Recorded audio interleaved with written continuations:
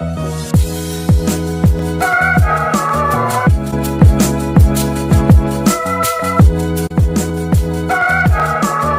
going on, people? Back with a bang. This is the Money Management, back here to bring you guys another video today.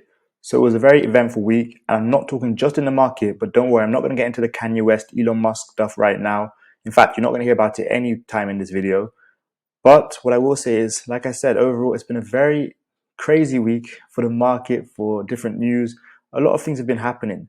Now, as you can see, I'm actually looking at the earnings for this upcoming week, but this past week, Google, Meta, Amazon, Shopify, Apple, CVX, Chevron, ExxonMobil all reported earnings. So we're going to have a look at some of the stocks which moved crazy this week due to earnings, some of the stocks which moved crazy despite recent earnings, and then we're going to look at a few stocks I'm watching from these earnings for this upcoming week. Now, you guys obviously know it is the very last week of October. As you can see there, October 31st. So to be honest, Monday is the last day of October. Monday is the last trading day of October. And yeah, it's gone by very quickly. So the earnings I'm really looking at for this upcoming week, I'll be honest, there's nothing actually for the rest of October. It's more the November earnings. So the 1st of November, before market, we've got Uber, Pfizer. After hours, we've got AMD. AMD, yes, our lovely stock, AMD. We've also got Airbnb. Then moving on to Wednesday, we've got CVS before market, and then Roku after hours, as well as QCOM and MRO. Obviously, you see there we've got Robinhood. That doesn't really interest me anymore. Then moving on to Thursday, after hours, PayPal, Coinbase. Both of those I'm looking at. Square as well. Well, it's called Block now. I'm also having my eye on. And I know there's Piton and Nikola there, Starbucks. Not really interested in those. And Friday, just DraftKings. Again, not really interested in Fubo. So we're going to move on to the charts now, just to kind of recap how this week panned out. And one thing I did want to point out is, right now, of course, it is weekend. So the stock market's closed. But as you can see here, crypto is still on. So actually, let's just have a look at crypto, because Dogecoin is running due to the fact that yesterday it was confirmed that Elon Musk will be buying Twitter. That has obviously had its positive effects on Dogecoin. In fact, let me pull this up on the screen. Could this be the return? I think Dogecoin is finally above 10 cents again for the first time since, I think, May of this year. Let's just have a quick look at that to start off. There we go. Look at it fly. 11 cents right now, guys. Imagine that. I mean, there is money in crypto. You just got to have good patience and also obviously time it relatively correctly. So just looking at the 4-hour chart, up 33% today. Dogecoin is moving, but we're not going to see, I mean, look at that. It was very flat for the longest time. We're not going to see that 70 cents, 72 cents again anytime soon. Another thing which actually helped crypto this weekend is Hong Kong could potentially be making retail trading for crypto legal. That could be a possibility. It's currently being discussed, but as you can see, Bitcoin has moved up. So yeah, you know, Hong Kong, China, you guys know what the crypto restraints are like out there. But yeah, if it does become legal, that could mean another crypto bull run. Now, moving back to the markets, I'm actually going to start off with Meta, because Meta reported earnings this week, and Meta has lost over $800 billion in market cap, which I believe is the biggest loss of all time for a stock. It is now sitting at under $100. To put that in perspective, Meta was at 300 not very long ago. I'll pull up the daily chart now. Here we go. Meta. Mark Zuckerberg is not going to let this stock die. Just remember that. So do look at those shares. Look at that. When was it? Just February this year. It was at $300. Now it's at a third of that. More than a third of that. $99. So if we look at this week, let's see the hourly chart, get a better idea of how it panned out. Well, we were at $130 Wednesday, and then after $130 Wednesday, then just tanked overnight. Huge red candle, back under $100 by Thursday morning. Crazy things can happen in this market, and especially with earnings, and another one of them just happened this week. Facebook was one of those big casualties. On the other hand, Netflix, who had earnings not this past week, but the week before, actually managed to go from 180 a few months back all the way up to highs of over 300 this week. We hit highs of $306. Again, just to put it in context, earnings can have its huge effect. This was Netflix's earnings. Zoom from 242 all the way to highs of 274 the following morning. I'm telling you, earnings can work both ways, as I always tell you guys. So again, from the lows back in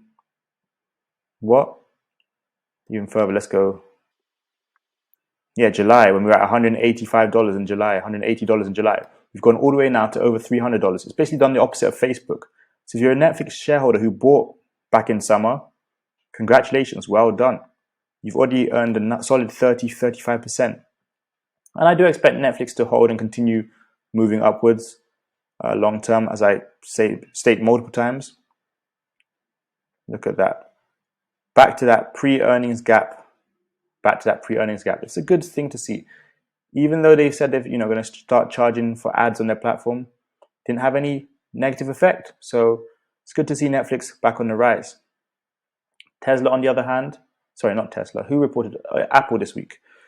Apple reported this week, and their movement was kind of weird because after hours, let me show you guys this. After hours, Apple actually dropped off sort of heavily, but then rallied the following morning. And that's why I said, again, earnings is anyone's guess. It is very, very unpredictable. I actually bought some new Apple products this week, so I don't know if that helped them beat earnings, but probably not. But yeah, look, after hours, there's the erratic movement, and then the following morning, some consolidation pre-market. The following morning, zoom from 145, pushing all the way past my level of support, all the way to my level of resistance, and then coming back down again. It's quite impressive to see how it respected the moving averages, but also respected my levels of support and resistance. See how it's just stayed in between those two lines I've had drawn for ages? That is part of the technical analysis. I'm going to touch on Amazon and ExxonMobil because they both also reported this week. Those are going to be the last two from this week that I cover. Amazon suffered heavily. Amazon suffered, going from $111 all the way to $88 after hours, and then finally kind of relief rallying, just like the rest of the market, back up to 103. It's still undervalued in my opinion. It's still oversold in my opinion.